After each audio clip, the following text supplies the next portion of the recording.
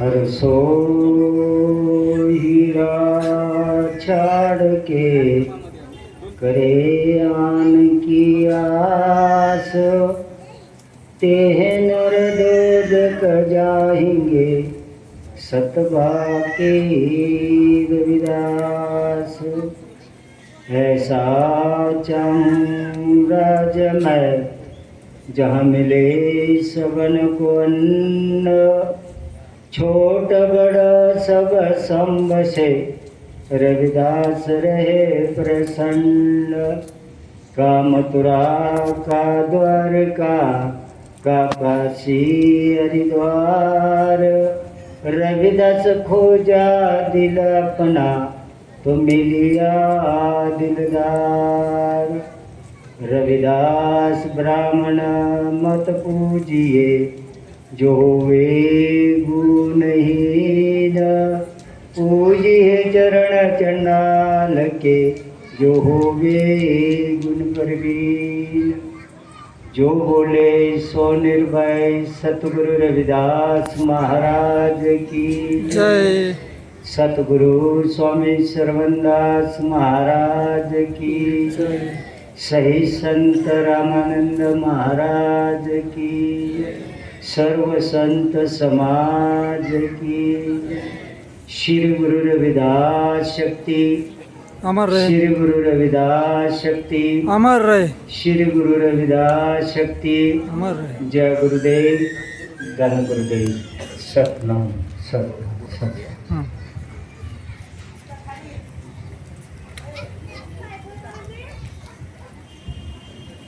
बघतो, कोशिश करतो मला मराठीत बोलण्याची, का तर माझी रट हिंदी आहे। आज खूपच आनंदाचा दिवस आहे। सद्गुरू रविदास महाराज आपलं कुलदैवत, आपले इष्टदैवत प्रभू परमात्मा आपल्या वंशात कुळात जन्मले, आपण त्यांच्या वंशात कुळात जन्मलो आणि आपलं कुलदैवत गुरु महाराज। खूपच आनंद मला होतोय। लातूर जिल्ह्यामध्ये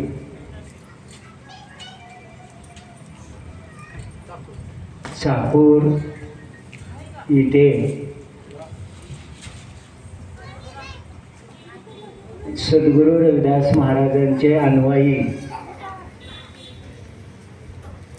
गुरु महाराजांची जयंती उत्सव साजरा करतात। ह्या कार्याला इथल्या समितीनं खूप छान फंक्शनचं आयोजन केलं गेलेलं आहे। मी त्या समितीला सद्गुरू रविदास महाराजांच्या चरणी प्रार्थना करतो,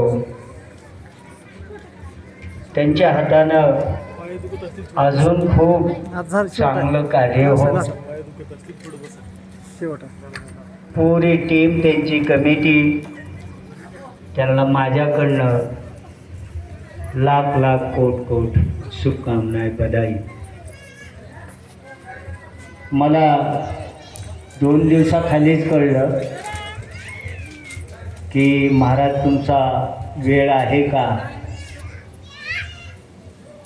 की एक टप्पा माझा UP बिहार वगैरे तिकडले सगळे फंक्शन झालते। मी आता नेमकाच आलेलो होतो 2 दिवसाखाली। अजून बरेच ते पहिला तर आम्ही गेलो की 2-2, 3-3 महिने पूर्ण देश त्या टोकापर्यंत जाऊन गुरु महाराजांची जयंतीचे कार्यक्रम करत होतो। पण शरीर थोडं साथ देत नाही, कमजोरपणा असल्याच्या वनामध्ये थोडं वेळ देऊन टप्पे दिलेले। परत मला अजून पुढं भरपूर कार्यक्रम आहेत। तिकडले झाल्यानंतर दक्षिणचे असतात, नंतर वर जम्मू काश्मीरपर्यंत असतात आणि त्याच्यानंतर देश विदेशमध्ये असतात। आज मला खूप आनंद झाला. माझ्या आधी जितक्या वक्त्यांनी आपल्याला मार्गदर्शन केलंय,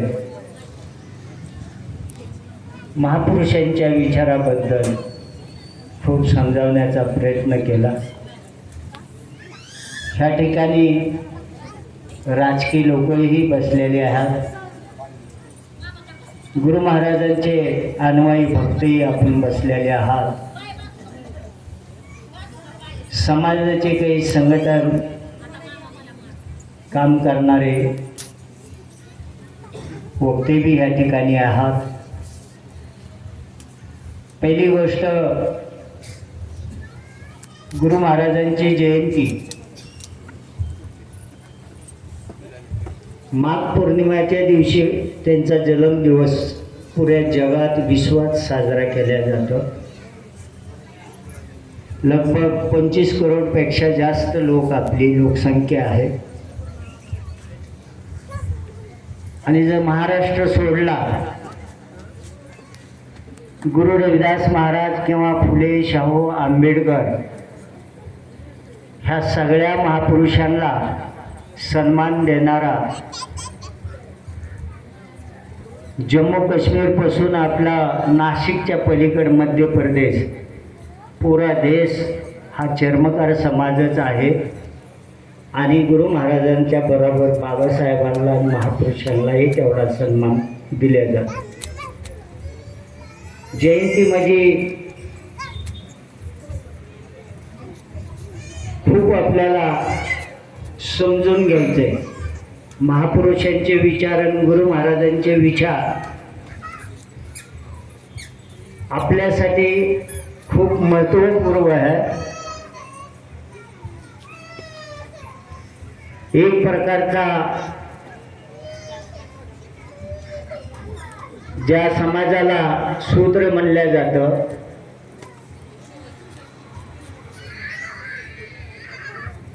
तिथपर्यंत वर्ण व्यवस्था ह्या धर्मामध्ये आहे, ज्या हजारो वर्षापासून पिढ्यानपिढ्या आपला समाज त्या विचाराला मानतो,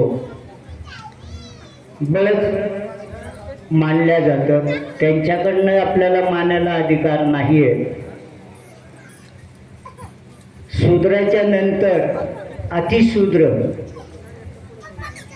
म्हणजे ज्या धर्मामध्ये आपण हजारो वर्षापासून त्या कल्चरला मानत आलो, पूजत आलो, ती कल्चर आपलं नाही आहे. आणि म्हणून ह्या देशात अतिशूद्र आदिवासी लोकांना खूप अपमानित केलं गेलं. आजची गोष्ट नाही आहे, हजारो वर्षाची गोष्ट आहे. आणि हे महापुरुष जे निर्माण झालेले, कुठंतरी बिंबीच्या डेटापासून ज्याला दुःख असतं, हे महापुरुष जे निर्माण झालेले ते केवळ अतिशूद्र आदिवासी लोकांसाठी, त्यांच्यावर हजारो वर्षाची जी परंपरानं त्यांना गुलाम बनवल्या गेलं, तर त्या विचारातनं हे महापुरुष निर्माण झालेले. भगवान बुद्ध त्यांच्या आधी महावीर ह्या कल्चरमधून बाहेर निघाले आणि 12 वर्षानं भगवान बुद्ध, लगभग 2500 वर्ष होऊन गेलेले. त्याच्यानंतर लखवाले साहेब जसे बसवेश्वरांचं नाव घेतलं. भगवान बुद्धाच्या नंतर जर काही आमच्यासाठी कोणी क्रांती केली असेल तर बसवेश्वरांची क्रांती झाली. त्याच्यानंतर महाराष्ट्रामध्ये क्रांती झाली. संतांच्या विचारात मधून आपल्याला समजावण्याचं, सांगण्याचं काम केलं. परंतु महाराष्ट्रातल्या संतांना त्या व्यवस्थाने इथं टिकू दिलेल्या नाही. बौद्ध विचाराला संपवून टाकलं. हे बाबासाहेबांनी परत जिवंत केलं म्हणून आज आपल्याला ते समजून आलंय. बसवेश्वरांच्या विचाराला संपवून टाकलं. त्याच्यानंतर महाराष्ट्रातले सगळेही संत ज्या वेळेस आपल्या बहुजन समाजामध्ये जन्माला आलेले तुकाराम महाराजापर्यंत त्यांच्याही विचाराला इथं संपवून टाकलं. आणि नंतर उत्तर भारतामध्ये अशा ठिकाणी जन्माला आले ती म्हणजे आपले सद्गुरू रविदास महाराज. त्यांची जयंती 648वी आहे. 648 वर्षापूर्वी असल्या ठिकाणी जन्माला आले. 7 कबीर महाराज बी होते. त्याच्यानंतर गुरु नानक आले, मीराबाई आल्या. धार्मिक जी ही सिस्टीम आहे ह्याचं शोषण आपल्या संग कसं झालं ते त्या महापुरुषांनी समजून घेतलं आणि त्याच्याबद्दल भक्ती आंदोलन ह्या संत महापुरुषांनी सुरू केलं. हजारो वर्षाचा इतिहास सद्गुरू रविदास महाराजानं जसं एक झाड असतं त्या झाडाच्या उभाजी राहतं तर त्याला मुळ्या असतात. तो मुळ्यापर्यंत डेपमध्ये सद्गुरू रविदास महाराजाने त्याच्यावर भक्तीच्या रूपातनं चिंतन केलं. आणि जेव्हा गुरु रविदास महाराजाला कळलं त्यावेळेस ते सांगतात, हुआ ज्ञान पडा प्रकाश, ज्ञान कारण करले अभ्यास, ज्ञान भया तो कर्मे नास. हे जी गुरु महाराजानं जसं ईश्वराच्या बाबतीत, परमेश्वराच्या बाबतीत ह्या व्यवस्थाला ज्यावेळेस समजून घेतलं तर त्यावेळेस ह्या व्यवस्थाला पूर्णपणे स्टडी झाला आणि मग त्यांनी ह्या व्यवस्थाला मानव जीवाला समजावण्याचा प्रयत्न केला. काय प्रयत्न केला हे आपल्या लोकांना कळलं पाहिजे. गुरु रविदास महाराजांनी परमेश्वराच्या बाबतीत काय सिस्टीम आहे त्याला समजून घ्यायचा प्रयत्न केला. ज्यावेळेस त्यांनी हे समजून घ्यायचा प्रयत्न केला तर इथली व्यवस्था तुम्हाला गुरु महाराज सांगतात, काही वाणी तुम्हाला डायरेक्ट समजणार नाहीये पण त्याचा अर्थ मर्म जर तुम्हाला समजला तर ह्या धर्तीवर संत शिरोमणी पदवी कुठल्याही संताला नाही, केवळ एकाच संताला आहे, ती सद्गुरू रविदास महाराजांना आहे. पण आपण त्यांचे अनुयायी, त्याचा स्टडी आणि अभ्यास नसल्याच्या ओघानं आज कोणीही कुठल्याही संताला संत शिरोमणी पदवी लावा देत. जर आपल्याला स्टडी आणि अभ्यास असता तर आपल्या लोकांनी त्याच्यावर आवाज उचलला असता. त्यांच्या वाणीला विचारायला, अमृतवाणीला समजून घेऊन त्याला सांभाळण्याचं काम केलं असतं. आज आपण ओरिजिनल गुरु महाराजाला सांभाळण्याचं काम करत नाही. केवळ त्यांच्या फोटोला, त्यांच्या नावाला, तेवढ्याच बाबतीत आपण त्यांना समजून घ्यायचं काम करतो. तेवढंच आपल्या डोक्यात चित्र आहे की हे आमचे संत आणि गुरु आहेत. ह्याच्या पुढं आमच्या लोकाला जास्त माहीत नाही. पण उत्तर भारत, जम्मूपासून काश्मीरमध्ये आपले लोक नसल्यासारखेच आहेत, पण जम्मूमध्ये सगळ्यात जास्त लोकसंख्या आपली आहे आणि तिथून आसामपर्यंत पूर्ण हा उत्तर भारत संपूर्ण लोकसंख्या आपली खूप मोठी आहे. आणि आज त्यांची पूजा जर तुम्ही बघितली तर त्यांची पूजा गुरु रविदास महाराजांच्या अमृतवाणी पद्धतीनं होती. गुरु रविदास महाराजांनी सांगितलं, ईश्वराच्या बाबतीत, परमेश्वराच्या बाबतीत आता एक प्रकार तुम्हाला नाही समजलं तर माझा विरोधच वाटणार आणि समजलं तर ठीक आहे म्हणणार, पण ही माझी वाणी नाही आहे. मला गुरु महाराजांची वाणी समजली आणि म्हणून माझ्या आतून मनातनं किती निर्माण झालं की माझ्या समाजाला गुरु महाराज समजणं खूप जरुरी आहे. अगर आम्ही गुरु रविदास महाराजाला समजून जर घेतलं, किती बदल होऊ शकतं, किती बदल होऊ शकतं ह्याचा आपण अंदाज कधीच लावलेला नाही. मानव जीव नरनारी आणि नरनारी असताना माणसाची जात आपण जर कुठल्या एका प्राण्याला बघितलं आणि कुठून कुठवर जरी गेलो तर आपण त्याला तेच म्हणणार. भाषा बदलू शकते, भाषा तशा आपल्याही तसं बघितलं तर 1556 जाती आहेत दलितांमध्ये, पण आपल्या केवळ 1108 जाती आहेत. त्या जातीच्या ओघानं त्या महापुरुषाचे नाव बदलतात.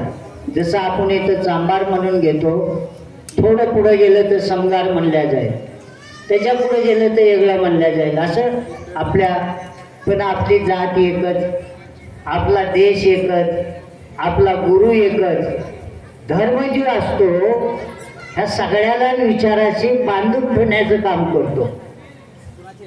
आता आपण तर प्युअर एका, जसं सोनं असतं ना, सोन्यामध्ये होऊ शकतं काही 24-22 किंवा अजून कमी जास्त, पण ओरिजिनल सोनं ही सोनंच असतं.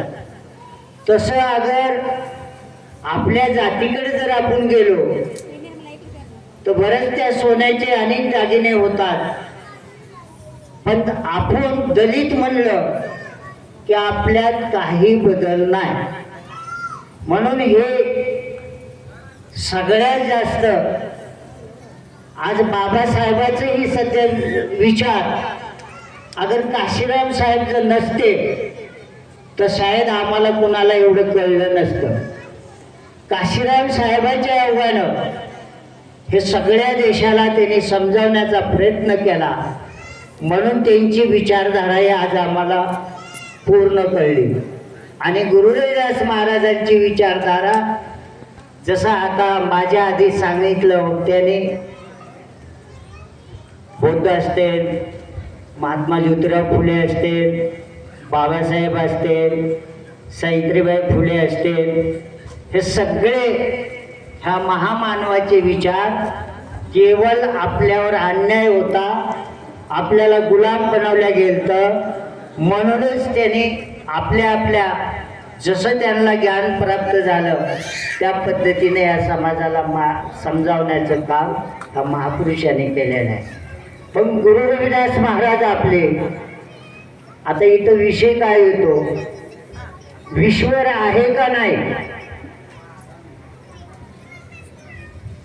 परमेश्वर, मला तुम्ही उत्तर द्यायचे तोंडातनं हा म्हणून. आता माझं दिशा एवढीच झाली आहे, माझं जर तेच इकडं थोडा असता तर तुमच्याकडे बी दिशा झाली असती, पण माझं ते इथंच दिशा झाली आहे. परमेश्वर आहे का नाही? आहे, हा आहे, आहे ना. आहे. आता सद्गुरु रविदास महाराज सांगतात, का मथुरा का द्वारका का काशी हरिद्वार, रविदास खोज दिला अपना तो मिलिया दिलदार. कोणचा परमेश्वर आहे गुरु रविदासाचा? आताच तो कुंभमेळा झाला. आत्ताच तो कुंभमेळा झाला. सगळ्याच्या डोक्यात आहे की तिथे एक डुबकी मारली म्हणजे माझं कल्याण, पाप नष्ट झालं आणि कल्याण झालं. पण आपल्या गुरुनं सांगितलंय की त्या काशीमध्ये, मथुरामध्ये, द्वारकामध्ये परमात्मा नाहीये. मग परमात्मा कुठे आहे? आता गुरु रविदास भगवान बुद्धांनीही सांगितलं परमेश्वर नाहीये. त्यानेही ती आपदीप भव म्हणजे तिथं आपल्यामध्येच तो प्रकाश आहे असं सांगण्याचं काम केलं. हेच पुढे गुरु रविदास सांगतात, काशी, मथुरा, द्वारका, हरिद्वार मध्ये परमात्मा नाही, आपल्या आतमध्ये खोजा, इथं परमेश्वर आहे. आता आपल्याला कोणचा परमात्मा माहिती आहे? मंदिर, मूर्ती है ना. आपण टीव्ही एक नाही, धर्म एका आस्थाला जोडून ठेवतो. धर्म एका विचाराला, धार्मिक विचाराला जोडून ठेवतो.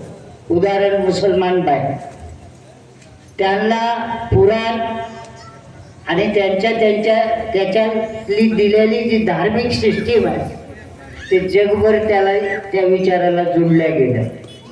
पण ज्या धर्मात हजारो वर्षापासून आपले कितीतरी पिढी आले असत्या त्याचं मलाही नाही सांगता येणार. पण आज त्याच आस्थाला, ज्या धर्मानं आपल्याला अपमानित केलं, आपल्याला मंदिरात जाऊ देत होते का? आपल्याला जवळ बसू देत होते का? शिवून घेत होते का? ह्या आता ह्या महापुरुषाच्या ओघानं तर नष्ट झालं ना. म्हणून हे पंडाल सजवल्या चालले. नाही पंडाल सजवणं किंवा तुम्हाला चांगलं घरदार बांधून राहणं, सगळा तुमचा विकास उद्धार करणं हे तुम्हाला नव्हतं. जर या महापुरुषांनी दिलं म्हणून आज आपण पण आपल्या जीवनासाठी, आपल्या समाजासाठी आपण विचार करू लागलोय की आपल्यालाही काहीतरी धार्मिक सिस्टीम पाहिजे. आपले समाज 25 करोडपेक्षा जास्त लोक असणारे आस्थानं भटकले गेले. आस्थानं कसे भटकले? धर्म काय करतो की तुम्हाला धार्मिक विचाराला जोडून ठेवायचं काम करतो. धर्म पहिला निर्माण होतो का महापुरुष पहिला निर्माण होतो? धर्म पहिला निर्माण नाही होत. जेवढेही धर्म तुम्ही बघता त्या धर्माच्या आधी त्या धर्माचा एक गॉडफादर निर्माण झालेला असतो. आणि ह्या व्यवस्थेला ज्यावेळेस ती समजतो की बाबा ह्या धर्मामध्ये आपल्याला बराबरीचा सन्मान नाहीये, तर मग इथं राहून फायदा काय? मग त्या महापुरुषानं त्या समाजाला आपले विचार समजावून सांगितलेले असतात. आणि जो त्या विचाराला मानतात, जी त्या विचाराला पुजतात, तर ते सांगतात की तू कोण रे बाबा? मी शीख, म्हणजे 10 गुरुच्या विचाराला मानतात. तू कोण रे बाबा? मी बौद्ध, म्हणजे भगवान बुद्धाच्या विचाराला मानतात. तू कोण रे बाबा? मुसलमान, म्हणजे मोहम्मद पैगंबराच्या विचाराला मानतात. तू कोण रे बाबा? मी ख्रिश्चन, म्हणजे येशू मसीहच्या विचाराला मानतात. मग जसं बसवेश्वरांच्या विचाराला काही मानतात, तर ह्या महापुरुषाच्या विचाराला ज्याने मानलं तर त्या विचारधाराला आपण समजून आपल्यात उतरून त्याला पूजलं म्हणजे आपण त्याच्या अनुयायी झालो. आणि म्हणून त्या अनुयायीच्या योगानं आपल्याला पहिचान झाली की तुम्ही कोण? तर बाबा मी बौद्ध. तुम्ही कोण? तर महापुरुष जे आहे, सगळ्या महापुरुषाचा निचूड काढला गुरु महाराजांनी. आज ते सांगतात 10-8-68, 10-8-68, म्हणजे 8 येतं, 10 येतं आणि 68 येतात. ही 10 आणि 8, 18 पुराण आणि 68 तीर्थ. ही देव कुठं खोजतो मनुष्य? या एवढ्या चीजमध्ये जाऊन देवाला खोजत बसतो. गुरु महाराज पुढे सांगतात 10-8-68, ही गुरु महाराज पुढचं सांगतात, चारी खानी यही वर्तन है सगळं संसारी पुऱ्या विश्वाचं, जगाचं, जीवाचं, सगळ्याचं निर्माण होणाऱ्या शक्तीचं त्याने आपल्याला सांगितलं. आता इकडे धर्म काय म्हणतात, ये जो कुछ संसार को निर्माण किया है तो ये मेरे अल्लाह ने किया है, कोई बोलता है मेरे वाहेगुरु ने किया है, कोई बोलता है मेरे गॉड ने किया है. अन्य जो भी धर्म असेल त्या महापुरुषाचं नाव पुढं देतात. जी काय केलं हे नाही केलं. ह्याचा वेळ काय जर तुम्ही तपासला तर मला वाटतंय शीख धर्माला 400 वर्षे अजून झालेले नाही. त्याच्यानंतर लिंगायत धर्माला 900 वर्षाच्या लगभगचं काहीतरी असेल, थोडं मागं पुढं.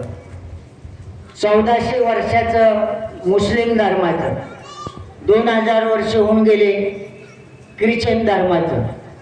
जसं 2500 2600 वगैरे जवळपास वर्ष असतील महावीर आणि बौद्धांचे. ह्याच्या आधी काय होतं, कसं होतं, ह्याच्या आधीच्या जर तुम्ही कथ्या जर ऐकल्या तर हे जिथं पूजल्या चाललेलं आहे, ज्याला देव मानलेला आहे, ही राजे महाराजांच्याच इतिहासाला पूजल्या चाललेलं आहे. राजालाच देव बनवले, राणीलाच देवी बनवले आणि त्याच इतिहासाला हजारो वर्षापासून पूजल्या चाललेल्या. आणि त्याच्यापासून आपल्याला काही बेनिफिट आहे का? बिलकुल आपल्याला काही बेनिफिट नाही. तरी पण आस्था कशी आहे की तुम्ही निवद बनवता, एखादा तिवार सण साजरा करता, त्यावेळेस त्या लेकरू जर तुम्हाला मागितलं जेवायला दे आई, तर तुम्ही लेकराला झापड मारता, त्याला सांगता की थांब देवाला निवद जाऊ दे मग तुला देते. आता आपण कुठल्या देवाला चालतोय ही पण आपल्याला माहीत नाही. जो निवद आपण मूर्तीच्या पुशी नेतो का हो, ती मूर्ती निवद खाती का? ती मूर्ती तुम्ही निवद आणलाय म्हणून खुश होती का? ते तुम्हाला काय बोलती का? ते ना बघत ना बोलत ना ऐकत तरी आपण देव त्याला मानतो. म्हणून अशा काही रचना व्यवस्था जी आहे ही खूप समजणं जरुरी आहे आपल्याला. आणि ह्या नावानं हजारो वर्षे ह्या समाजाचं खूप मोठं शोषण केलं. कधी कधी आम्ही सांगतो तुम्हाला, मानवतेतून समान आहे ना, परमात्मा ह्या कुठल्या ह्या सिस्टीममध्ये नाही. मग तेच गुरु महाराजांनी कसं सांगितलं, 10-68 चारी खाली यही वर्तन आहे सगळं संसारी. 4 खाणी म्हणजे काय की परमेश्वर म्हणजे हे कुणी निर्माण करण आहे. परमात्मा म्हणजे ऊर्जा आहे. परमात्मा म्हणजे तुम्हाला बोलत नाही. परमात्मा म्हणजे तुमचं काय ऐकत नाही. परमात्मा म्हणजे सदैव साऱ्या जीवावर उपकार करतं. ऑक्सिजन, हवा, पाणी, धरतीतनं येणारे सगळं, ही गुरु महाराजांनी त्याच्या 4 खाणीतच निचोड काढून दिला. पहिलं काय सांगितलं, एक खान पिंडस, नरनारी म्हणजे काही पशुवी असतात, त्याच्यात शरीराचा भोग घेतात, ते जीव निर्माण होतं, तर त्याला म्हणलं पिंडस म्हणजे ती एक खाण आहे. त्याच्या पुढे सांगतात अंडस म्हणजे अंड म्हणजे आपल्याला फक्त कोंबडीच जास्त डोक्यात बसलेलं असतं. पण अंड म्हणजे त्याचे किती प्रकार आहेत आणि अंड्यातनं जीव किती निर्माण होते ते आपण सांगू शकणार नाही. त्याचा जीव अंड्यातनं होतो. एक जीव जे आहे उष्मत म्हणजे तुमच्या डोक्यात ऊन होती बघा, ते हिट नव्हती, उष्मत सांगितलं.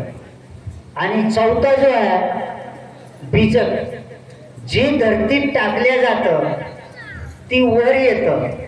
आता धरतीतलं वर येणारी सिस्टीम जी आहे त्याला ही 5 तत्व ऊर्जा देतात आणि सगळ्या जीवालाही 5 तत्वच ऊर्जा देतात. अगर हे 5 तत्व नसतील तर हे कुणी ह्या जीव चैतन्य इथं नसणारच आहे. म्हणून ज्यानं निर्माण केलंय, जो तुम्हाला तारतंय, त्याला कधी तुम्हाला पूजायला नाही सांगितलं. पण जी तुम्हाला अशी व्यवस्था एक सिस्टीम बनवली, सगळ्यात पहिला फॉर्म्युला देवाच्या नावानं तुम्हाला भीती घातलेली. हा पहिला फॉर्म्युला आहे की हे जी काय करतं परमेश्वर करतं. काय घातलेलं आहे डोक्यात, आणि त्या फॉर्म्युलेच्या नंतर त्याच्या मागे तुम्हाला ठाकपणा कसा आहे म्हणून गुरु रविदासाने सांगितलं, हातच पमाला माते दिला जग ठगने को स्वांग बनाया. जी ही धर्मव्यवस्था जी देवधर्मा पुढे उभा केले ही फक्त आपल्याला ठगण्यासाठी आहे. त्यासाठी आता देव असेल तर हा सगळ्यासाठी समान असावा. देवापाशी जात नाही, कुठला देश भेदभाव नाही, धर्म भेदभाव नाही, कुठल्या जीवाचा भेदभाव नाही पाच तत्वाच्या पुढं. पण इथं जिथं देव म्हणून बघितल्या जातं, ज्याला माणसानं निर्माण केलेलं आहे. मनुष्य देवाला निर्माण करू शकतो कधी? मनुष्य आयुष्यात देवाला निर्माण कधी करू शकतो का? पण माणसानं निर्माण केलेल्या देवासंग आपलं नातं जोडून दिलेलं आहे. मंदिर कुणी बनवलं? माणसाने. मूर्ती कुणी घडवली? माणसाने. पूजायला कोण चाललाय? मनुष्य. पूजत असताना आपले दुःख संकट तिथं मांडतो, तिकडून काहीच उत्तर येत नाही, तिकडून कसलंही उत्तर येत नाही, तरीही आपण तिथं मांडतो. पण ह्याच्यामध्ये एक शक्ती आहे, ही पाच तत्वाची जी शक्ती आहे, तर गुरु रविदास महाराजाने त्याच्यावर हे कसं होत आहे की हे कसं चाललंय आणि जे माणसाच्या मनातनं जे निर्माण होतं, माणसाच्या मनातनं हे सगळं मानव जीवापासून ही सृष्टीचा विकास झालेला आहे. मानव जीवापासून सगळं निर्माण झालेलं आहे. बाकीचे जीव निसर्गाला धरून आहेत, बाकी मानव ही निसर्गाला सोडून परिवर्तन इतकं झालेलं आहे की ज्याने जन्माला घातले त्याच्याही पुढे जाऊन बसलेला आहे. तर ह्या गोष्टीवर गुरु महाराजांनी खूप समजावण्याचा प्रयत्न केला. की पहिलं तर समजायचे तुम्हाला की ज्या देवाला 33 कोटी देवताला आपण आपल्या घराने, जरी तुम्ही आता हात वर केला असेल की आमच्या घरात गुरु रविदासालाच मानतो, पण मला 100% माझ्या आत्म्याला माहिती आहे की कितीतरी बघलेला बसलेले असते, तिथं बसलेले असते का खोटं आहे ना. म्हणून ह्याचा एक इथे तुम्हाला मी हे नाही सांगत, ह्याचा अभ्यास करायचा आहे तुम्हाला. अभ्यास नंबर 1 की हे फक्त आपल्याला भीती घालण्यासाठी, ठगण्यासाठी. कसं आहे का, आता तुम्ही नारी आहे आणि बामणीन बी नारीच आहे. बामणीन बाईनं जोगवा कधी मागितला का? झिपऱ्या सोडून कधी नाचली का? पण आपल्या दलित आदिवासी बायामध्ये नाचतात आहे ना. बाबा ती नाचत नाही तर मग तुम्हाला नाचण्याचा काय संबंध आला? पण ही व्यवस्था अशी आहे की उदाहरण देवी तुमच्या घरात पाठवून दिली, देवी पाठवली तर ती परडी बी आली, परडी आली तर तुम्हाला बकरं बी आलं, बकरं आल्याच्या नंतर ते वर्षाला जर उजवणार कोणचं घर असेल तर 50,000 तर त्याच्यातच खर्च झाला.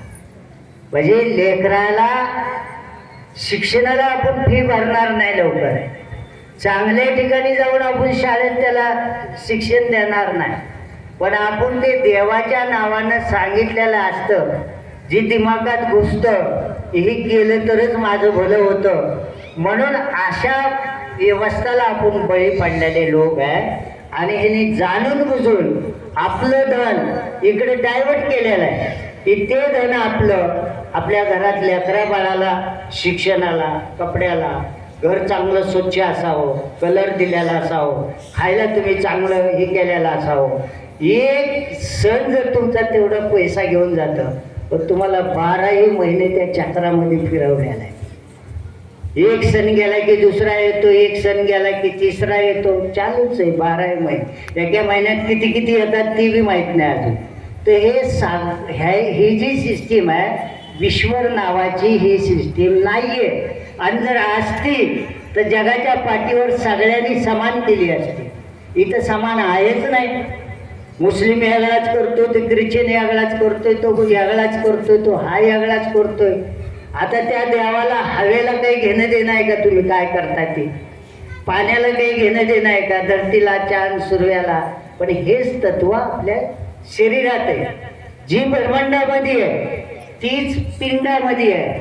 म्हणून गुरु रविदासाने सांगितलं का मथुरा का द्वारका का काशी हरिद्वार, रविदास खोज दिला अपना तो मिलिया देतात. ह्या ब्रह्मांडामधले 5 तत्व आपल्या शरीरात आहे, म्हणूनही चैतन्य निर्माण झालं. जसं एक डॅम बनवला, डॅमचं पाणी सहज सोडलं तर वाहून जाईल, पण त्याची सिस्टीम जर तुम्ही बनवली तर पंख्यावर जर पाणी टाकलं तर त्यामध्ये अजून काहीतरी निर्माण होतं. जसं त्या दह्याला घुसळलं की ते दुसरंच बाहेर निघतं, तसं ही परमात्मानं 5 तत्वाची जी ऊर्जा पॉवर आहे आपल्या शरीरामध्ये आणि मिक्स झालेली आहे, मिक्स म्हणून चैतन्य निर्माण झालेलं आहे. जसं त्या फॅनवर पाणी पडतं, फॅन ज्यावेळेस फिरतं पाण्याचा त्या इस्पिटमधून लाईट निर्माण होते, तसं हे 5 तत्व शरीरात मिक्स आहेत आणि म्हणून ही चैतन्य निर्माण झालं. त्यामध्ये माणसालाच आपला जन्म महान का म्हणलेला आहे? सत्य आहे. मनुष्य जन्म थकलेत का तुम्ही? अगर तुम्ही थकलेले असाल तर पहिली गोष्ट काय असतं, ठीक आहे, गुरु रविदास महाराजांची माझी एक रिक्वेस्ट आहे सगळ्याला, गुरु रविदास महाराजांची जयंती येते ना तर सांगतो आपण, पण ती धोये सांगणं आणि सिस्टीमला धरून सांगणं ह्याच्यात जमीन आसमानचा फरक आहे. जर आपण सिस्टीमला धरून सांगितलं तरच ते डोक्यात जातं. नुसतं धोवा बोलून निघालो तर डोक्यात जात नाही माणसाच्या. तर सगळ्यात पहिलं वाणीला आपण दर्जा दिला पाहिजे. पहिला दर्जा थोडा ही बी सन्मान आहे. समाजासाठी राजकीय लोक काम करतात त्यांचाही सन्मान व्हायला पाहिजे, सामाजिक संघटना आहेत त्यांचाही सन्मान व्हायला पाहिजे. तर ह्याला मान ठेवून थोड्या कमी वेळात हे बाबा ती 25% जर असलं तर 75% गुरु महाराजांची वाणी आपल्या डोक्यात घुसली पाहिजे. किती ज्या कार्यासाठी आज आपण कशासाठी बसलोय, आजचा कार्यक्रम गुरु रविदास महाराजांच्या विचाराचा, वाणीचा, त्यांच्यासाठी जयंती पौर्णिमाला होती. पण ही जयंती जी आता आज तुम्ही बनवली म्हणजे कशासाठी बनवली, की आज आपल्याला बसून गुरु महाराजांची वाणी समजून घ्यायची आहे आणि ज्याला माहिती आहे त्यांना बोलून आपण त्यांच्याकडून ऐकायचे आहे. त्याच्यासाठी आजची जयंती आहे. पण आपले सण जर म्हणलं, आपले सण एक माघ पौर्णिमा त्या दिवशी गुरु महाराजांचा जन्म झाला आणि 14 एप्रिल त्या दिवशी बाबासाहेबाचा जन्म झाला. ही 2 आपले सण तुम्ही आज नाका मानू, पण एक काळ असा याला ज्यावेळेस बदलतात, ज्यावेळेस वर्ष कितीतरी पिढ्या जातात, ज्यावेळेस हजारो वर्षे जातात, तर ही परमेश्वराचंच रूप आहे. ज्याने मानव जीवासाठी काम केलेलं आहे त्याच्याच विचाराची पूजा होते. तर ही परमेश्वराचेच रूप आहे. येणाऱ्या काही टप्प्यानंतर, काळानंतर, 1500 वर्षानंतर ही परमेश्वरच आहे. तर ह्यांचे जन्मच आपले सणवार आहेत. तर आपण एवढं डोक्यात ठेवायचं, ते डोक्यात ही ठेवा. पहिली गोष्ट, गुरु महाराजांना परमेश्वर कोणता सांगितला? ऊर्जा, पॉवर सांगितली. मंदिर, मूर्ती हे नाही सांगितले. पण आपण मंदिर बनवालोय, आपण मूर्त्या बसवालोय, तर आपल्याला ती पण कळलं पाहिजे. जर समजा बौद्ध धर्माला बुद्ध विहार नसेल तर ती कुठे लोकांना समजावणार? मुसलमानाला मस्जिद नसेल तर ती कुठे एकत्र होऊन हे करणार, प्रार्थना करणार? हे प्रार्थनास्थळ आहे आणि ज्ञान धारण करणारे ही सिस्टीम आहे. जरी गुरु महाराजांचे मंदिर बांधत असू, पण तुम्हाला 100% ही माहिती पाहिजे. अगर आयुष्यभर जर तुम्ही मूर्तीचं दर्शन घेतलं, मूर्तीचं, तर तुमचा कधीच उद्धार होणार नाही. पण आपण ते का चाललोय, मंदिरात का चाललोय, मूर्तीचं दर्शन का घ्यायलोय, आज हे फोटोचं दर्शन का घेतलं? शेतीच आहे, मूर्तीचं दर्शन घ्यायलोय. आता हे फोटो आपल्याला बोलल का? बोलत तर नाही ना. मग आपण फोटो लावले आणि आज हे साजरे केले, त्याचा सन्मान केला आणि दर्शन घेतलं. त्याचं कारण हे आहे की त्यांनी महान विचार आपल्या जीवनासाठी दिलेले आहेत, म्हणून आपण त्यांच्या विचाराला शरण गेलेलं आहे. तर आपल्या जीवनात सगळ्यात पहिलं काय उतरलं पाहिजे की सद्गुरु रविदास महाराजांची अमृतवाणी. काय उतरलं पाहिजे? अमृतवाणी आहे, त्याच्यात ह्या सगळ्या महापुरुषाचा निचोड आहे. घेतलं असेल तर महात्मा फुलेंनी बी गुरु रविदास महाराजाचंच घेतलं, बाबासाहेबांनी बी गुरु रविदास महाराजाचंच घेतलं, अनेक महापुरुषांनी गुरु महाराजाच्या विचाराचं घेतलं. आणि उत्तर भारतामध्ये गुरु महाराजाचा जास्त प्रचार झाला आणि लोकांनी त्याला मानलं, म्हणून त्यांची एकता झाली आणि ती एक विचाराची झाली. म्हणून आज आपल्याला दक्षिण भारताला आपल्याला गुरु महाराजाच्या विचाराची खूप जरूरत आहे. ज्या दिवशी गुरु महाराजाचे विचार तुमच्यात उतरतील, तुमचे दगड धोंडा, त्यांनी सांगितलं फलकारण फुलवनराई, म्हणजे जे झाड असतं, झाडाला पहिलं फळ येत नसतं, फुल येतं. फुलाचं काम कवर असतं की ज्यावेळेस फळ आलं की फुलाला गळून पडावं लागतं. मग फळाचं बी काम काय आहे? ज्यावेळेस पकलं तुम्ही तोडा या ना तोडा, झाडाला राहतं का? गळून पडतं. म्हणून सद्गुरू रविदास महाराजांची अमृतवाणी आमच्यासाठी काय आहे की ते हुआ ज्ञान पडा प्रकाश, ज्ञान कारण करले अभ्यास, ज्ञान भयात कर्मे नाश. कर्म म्हणजे कोणचं? आपण उपास करतो, आपण नवसो करतो, आपण नाना प्रकारचे देवासाठी काही काही करतो ना, ते ऑटोमॅटिक तुम्हाला ज्ञान प्राप्त झाल्यास कळून पडतं. सांगितल्या गेलेलं आहे, जो ज्ञान ज्याला प्राप्त होतं, हुआ ज्ञान पडा प्रकाश, ज्ञान जेव्हा प्राप्त होतं तर त्याला हे ब्रह्मज्ञान ज्याच्याकडे आहे त्याला ब्राह्मण म्हणल्या जातं. पण इथं याच्या जातीनं सगळा ठेका घेतला आणि सगळं त्यांच्याकडेच आहे सांगितलं, बाकीच्या व्यवस्थाला लोकाला दाबून टाकून गुलाम बनवलं. तर सगळ्यात पहिला दगडं धोंड नवसं तीर्थ करायची तुम्हाला जरूरत नाही. जर तुम्ही तर किती तर नशिबवान आहात, तुम्ही इतके नशिबवान आहात की तुमच्या कुळात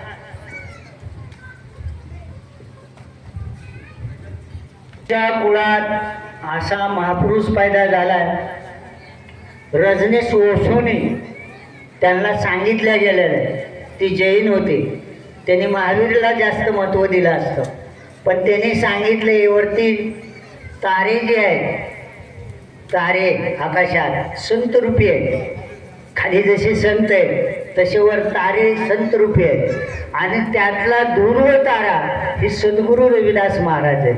म्हणजे मोठे मोठे विद्वान गुरु महाराजाला 52 राजे, आणि या जातीला कुणी जवळ बसू देत नव्हतं, शिवून घेत नव्हतं, आणि त्यांचे शिष्य बनणं म्हणजे ही किती मोठी कृपा आहे. तर ही समजणं आपल्या लोकाला खूप जरुरी आहे. तेवढी मोठी महाराणी मीराबाई, तेवढं राजपाटाला ठोकर मारणं आणि भगवं वस्त्र धारण करणं ही कुणाची देण आहे? मीराबाईला संत पदवी जर भेटली असेल तर ही गुरु रविदास महाराजांची देण आहे. ते अशीच पदवी नाही भेटली, आणि एवढा त्याग करणारे हे राजे महाराजे त्यांना गुरुला मानतात. आणि ज्या वंशात कुळात आपण जलवलोय, आपण म्हणजे वरूनच बघतोय, वरूनच हे करतोय. जोत आपली जळत असेल तर दुसऱ्याच्या पुढे जळते आहे, हार दुसऱ्याला जाते. ही कुठे जायला पाहिजे? घरात जो चर्मकार असेल, आता संताला ऐकायला काही एका समाजाचे येत नाही. हा संतांचा विचार काय एका ह्याच्यासाठी नसतो, सगळ्यासाठीच असतो. पण माझं कर्तव्य आहे माझ्या समाजाला त्या दिशेवर घेऊन जाणं. संत आपल्या घरात जर घरातला देवारा असेल, घरात देवारा प्रत्येकाच्या असतं का नाही? असतं ना. आपल्या घरातल्या देवारा हे कुणाचा आहे? हे सगळ्यात पहिला अधिकार चर्मकाराचं जर घर असेल चांबाराचं तर गुरु रविदासांचा बसाचा अधिकार त्या देवाऱ्यात आहे. पण आपण त्यांना बसवलेलं नाही आले. आता त्याचं उदाहरण, मुसलमानाचं घर असेल तर त्यांच्या प्रार्थना स्थळामध्ये पुराण असेल, ते काहीच होत नाही.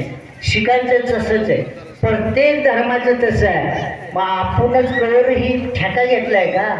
सगळ्याचं 33 कोटीचं घ्या डोक्यावर फिरत राहा, कमवलेलं धन घरादारावर परपंचावर आपण लावायचं नाही आणि ह्यांच्यावर खर्च करत बसायचा. माझी विनंती आहे की गुरु रविदासाला समजून घ्या आणि ह्या पुढी ह्याच्या आधी बी असा महापुरुष आपल्या कुळात जन्मला नाही आणि ह्याच्या नंतर बी कधी जन्मणार नाही. जी काय या समाजाचा उद्धार होईल सद्गुरू रविदास महाराजांच्या अमृतवाणीच्या अवघानच आपला उद्धार होईल. वाणीत म्हणलेलं आहे, साहेब तुला भरवसा नाही माझ्या विचारावर. गुरु महाराजांनी आपल्या समाजाला म्हणलेलं आहे, तुला साहेब भरवसा नाही म्हणून तू कंगाल आहेस आणि ती मालामाल झाली ज्याने भरवसा ठेवला. आता इथं धनाचं नका सांगू, मालामाल म्हणजे काय, गुरु नानक तरले, मीराबाई तरली, गोरखनाथ तरले है ना, 52 राजे झाले, ते मालामालच झाले ना. जीवनाचा भवसागर त्यांचा, ते मेले तरी अमर झालेत ना. आज गुरु महाराज नाही आहेत पण त्यांची अमृतवाणी आपल्यासाठी जिवंतच अमृतवाणीचे आव्हान आहे. म्हणून आपण पुजतोय. वेळ जास्त झालेला आहे. मला वाटतं तसा तुम्हाला समजावण्याचं खूप काही काम जरूरत आहे. तर इथल्या टीमला माझ्या माहितीनं खरंच तुमचा हा तालुका लातूर जिल्हा ह्याच्या आजूबाजूला इथं सगळेच तुम्ही गुरु महाराजला समजता, मानता आणि मानल्याच्या नंतर ह्याच्या पुढं आपण कसं एकत्र यावं. आपले जास्त संघटन नसले पाहिजे. आता गुरु रविदास काय माझ्या एकट्याच्याच बापाची प्रॉपर्टी आहे का, माझ्या एकट्याची प्रॉपर्टी आहे का, मी ठेका घेतलाय का की जगभर फिर, पुरं देशभर फिर आणि कुणी देत पण नाव. आता इथं तुम्ही दर्शन घेतलं, इथं दुसऱ्याच्या मंदिरात गेला असता तर इकडून काढ इकडून काढ इकडून काढून टाकला असता. तुम्ही इथं काही टाकलं का तुम्ही? कसा तुमचा धर्म वाढेल, कशी तुमची सिस्टीम वाढेल. सगळ्यात जास्त ज्याच्याकडे वेळ असेल, रिटायर असेल, हे समाजकार्याला वाहून घेऊन प्रचार करावा, ज्ञान वाटावं. ज्याच्याकडे धन असेल, सर भिवून ह्या लोकांनी घडवून काढले तुमच्याकडनं. आणि आता सगळं किती सांगा इतकं आहे की आम्ही जीवन लावले ना. तुम्ही बसू शकणार नाही, पण मला तुम्ही इथं जर 2 दिवस जरी बसवलं तर मी बोलत बसत, पण तुमची क्षमता नाही एवढी बसण्याची. आणि आत्ताच बघा मी रात्रचं आता 3 वाजता तिथून निघायचं म्हणल्यास मी झोपलेला असेल का. मी 3 वाजता तिथून निघून मी इथं 9 वाजता आलो. तुम्हाला ना पुण्याला जायचं म्हणलं की कसं जायचं म्हणून विचार करत असताना, गाडीनं जायचं का ह्यानं जायचं. आता मी परवाला 500 किलोमीटरमध्ये 3 कार्यक्रम केले एका दिवसात. 500 किलोमीटरमध्ये सकाळी 1 केला, त्याच्यानंतर दुपारी 1 केला, त्याच्यानंतर संध्याकाळी 1 केला बिहारमध्ये. तिकडं खूप नुसतं मला कळलं ना मी आलोय म्हणून हजारो लोक असे उभं राहतात. नुसतं कळलं तरी तिकडं खूप गुरु महाराजांना समाज मानतं. गरीब लोक आहेत आसाममध्ये, चाय बघाण्याशिवाय दुसरं काही काम नाही आसाममध्ये. पत्ते तोडायचे चायचे, त्यांना हजेरी बी जास्त नसते.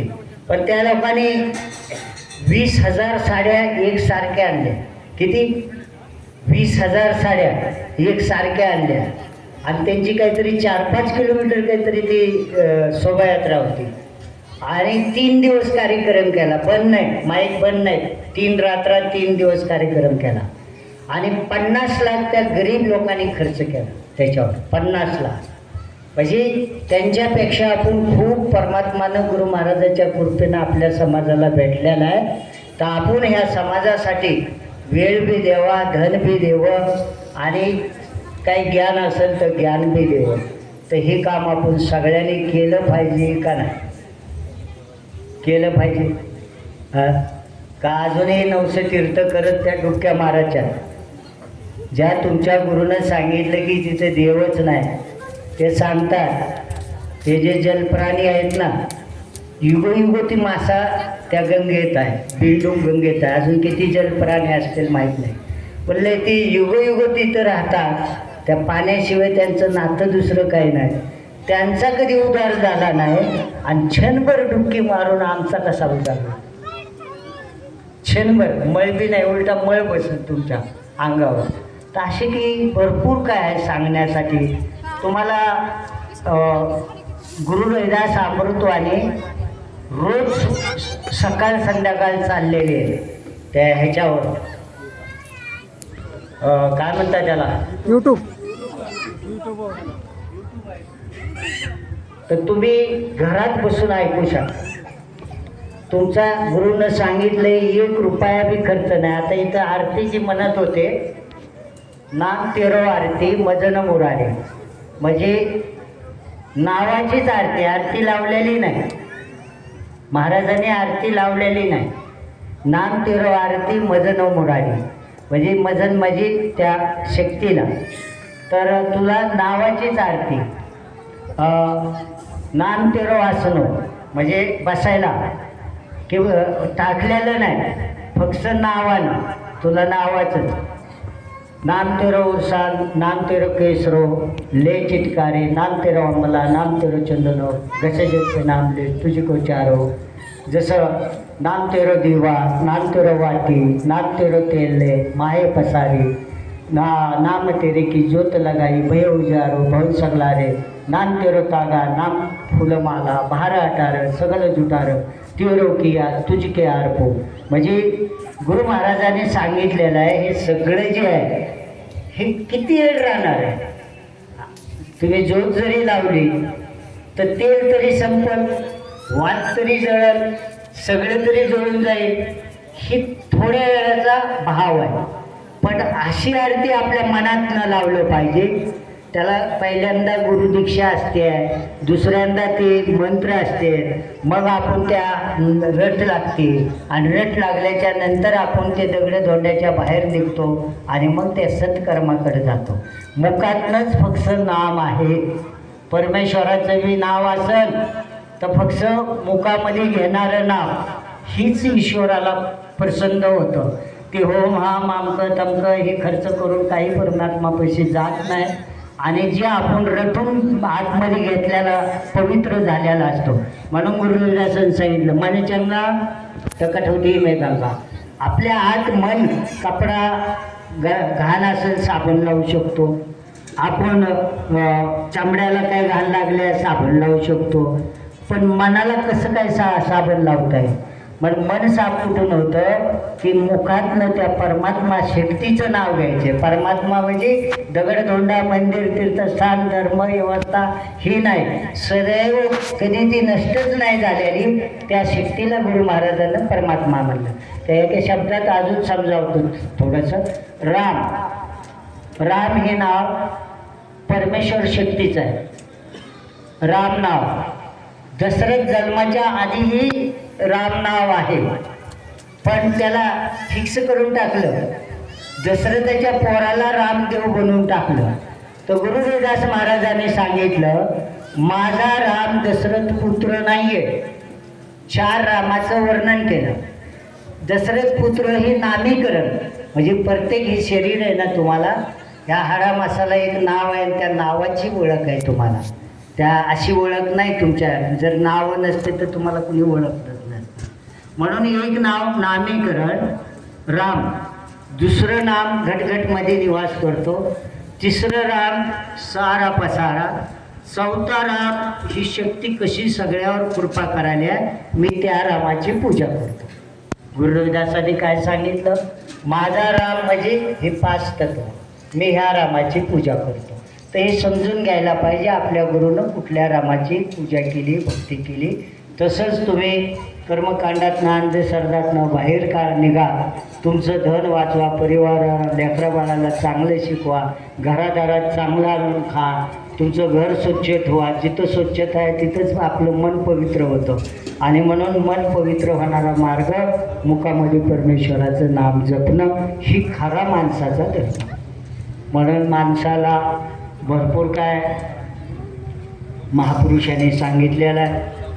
तर वेळ जास्त झालेला आहे आणि सहजासहजी मलाही तुमच्या पुस्तकावर यायला वेळ भेटला की माझंही भाग्य मानच म्हणतो. मी उत्तर भारतातनं आलो. मला नुसतं त्यांनी सांगितलं की मी ह्या सगळ्या टीमला आमच्या रविदासा धर्म संघटनचं, तुम्ही त्यांचंच नाही तर आपण सगळेच रविदासा लोक आहे. गुरु रविदासाच्या कुळात जन्मलो, ती महान आहेत म्हणून आपण त्यांचे अन्वयी आहेत. आणि अन्वयी म्हणजे रविदासा लोक आहेत. तर सगळ्याचं कर्तव्य आहे. कुठेही लोक काम करत असते त्यांना सहयोग करा. संघटना असते, मंदिर बांधत असते, आपल्या हितासाठी कोण राजकीय लोक आहेत त्यांच्यावर नजर ठेवा. आपल्यासाठी जे करते त्याला हे टाकताना विचार करून टाका. अगर ते आपल्यासाठी नाहीत तर टाकून तरी काय फायदा आहे. म्हणून माझा 3 इशारा देतो तुम्हाला. धार्मिकमध्ये कुठेही भटकू नका. गुरुदासाच्या चरणीचा अमृतवाणी वाचायचं सुरू करा. समाजात जे लोक काम करतात त्यांना सपोर्ट करा. त्यांच्यासमोर ती आणण्यासाठी संघटना असतात, त्यांना तुम्ही सपोर्ट केला पाहिजे. जिथं तुम्ही मतदान करता तो जाणून बुजून तुम्ही थोड्याशासाठी कधीच आपलं मत विकू नका, बळी पडू नका. चांगलं कर्म करणाऱ्या लोकाला द्या. जर आपले लोक राजकारणामध्ये असतील तर आपले कामं करतील. आपले लोकच नसतील तर कोण काम करणार आहे. म्हणून या 3 ठिकाणी तुम्ही सगळ्यांनी विचार करा. ह्याची जरूरत आहे आपल्याला. महापुरुषांनी सगळ्यांनी सांगितले, त्यांच्या विचाराची जरूरत आहे. सांगत असताना तुमच्या काही मनाला कुठं माझ्या वाणीतनं ठेच पोहोचले असेल तर मला क्षमापात्र. का तर लोकाला काय असतं, ज्ञान नसल्याच्या अवघानं, माहीत नसल्याच्या अवघानं त्या शब्दाची रचना वेगळीच वाटते. काहीतरी सांगायला तर आम्हाला, पण या सगळ्यांनी तेच सांगितलं. कुठून बुद्धापासून या ती आतापर्यंत शेवटपर्यंत या ना. आता मी सांगायला ते तीच. ठीक आहे, वेळ जास्त झाला आहे, पण तुम्ही खूप महिलांनी